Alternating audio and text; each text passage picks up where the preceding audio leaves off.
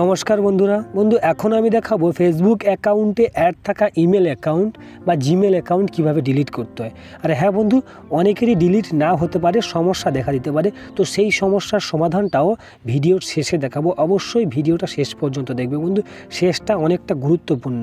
তো বন্ধু এখন আমি আছি ফেসবুকের হোমে, আর ডান সাইডে ওপরের দিকে 3 লাইন দেখতে পাচ্ছি, ওই 3 লাইনে আমি টাচ করব। তো এই আমি 3 লাইনে টাচ করলাম। এখন নিচের দিকে একটু দেখব, এখানে সেটিংস অ্যান্ড প্রাইভেসি দেখতে পাচ্ছি, এখানে আমি টাচ করব।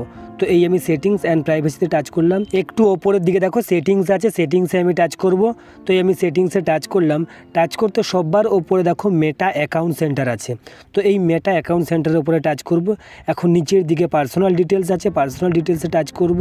টাচ করলে ভালো করে দেখো তোমরা কন্ট্যাক্ট ইনফো আছে, আর দুটো ইমেল অ্যাকাউন্ট বা জিমেল অ্যাকাউন্ট দেখতে পাচ্ছি। তো কন্ট্যাক্ট ইনফোতে টাচ করব। টাচ করলে এখানে ভালো করে দেখো দুটো ইমেল অ্যাকাউন্ট এবং নিচে একটি ফোন নম্বর বা মোবাইল নম্বর দেখতে পাচ্ছি। তো সববার ওপরে ইমেল বা জিমেলটা আমি টাচ করব, ওটাকেই ডিলিট করব। তো টাচ করতে নিচে দেখো রেড কালারের ডিলিট ইমেল লেখা আছে, এখানে আমি টাচ করব। টাচ করতে ক্যান্সেল এবং ডিলিট দেখতে পাচ্ছি। তো আমি সরাসরি ডিলিটে টাচ করব। ডিলিট হয়ে গিয়েছে বন্ধু, অটোমেটিক্যালি রিফ্রেশ নিয়ে নেবে। তোমরা যদি ব্যাক করে ঢুকো তাহলে দেখতে পাবে যে আমাদের জিমেলটা বা ইমেলটা আর নেই, ডিলিট হয়ে গিয়েছে। তো বন্ধু একটুখানি দেখো অটোমেটিক্যালি রিফ্রেশ নিয়ে নিয়েছে এবং আমার একটা জিমেল বা ইমেল ডিলিট হয়ে গিয়েছে। তো ভালো করে তোমরা দেখো।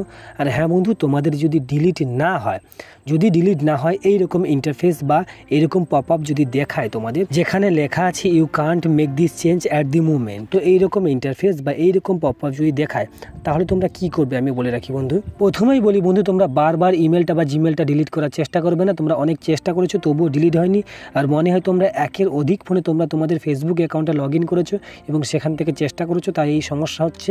আর হ্যাঁ, অন্য কোনো ব্রাউজার এমনকি ক্রোম ব্রাউজার থেকেও তোমরা নিজেদের ফেসবুক অ্যাকাউন্টে লগ ইন করবে না এবং সেখান থেকেও ডিলিট করার চেষ্টা করবে না বন্ধু। একমাত্র তোমরা 7 দিন পর বা তারও বেশি সময়ের পর তোমরা চেষ্টা করবে। আর হ্যাঁ, ফেসবুক অফিসিয়াল অ্যাপ্লিকেশান থেকে তোমরা চেষ্টা করবে, পারলে অ্যাপ্লিকেশনটা আপডেট করে তোমরা চেষ্টা করবে, সমস্যার সমাধান পেয়ে যাবে। ফেসবুকে অ্যাড থাকা ইমেল বা জিমেল ডিলিট হয়ে যাবে। তো বন্ধু ভিডিও বুঝতে কোনো সমস্যা হলে অবশ্যই কমেন্ট করবে, ভিডিও ভালো লাগলে লাইক করে চ্যানেলকে সাবস্ক্রাইব করে দেবে। ধন্যবাদ বন্ধুরা এতক্ষণ আমার ভিডিওর সঙ্গে থাকার জন্য।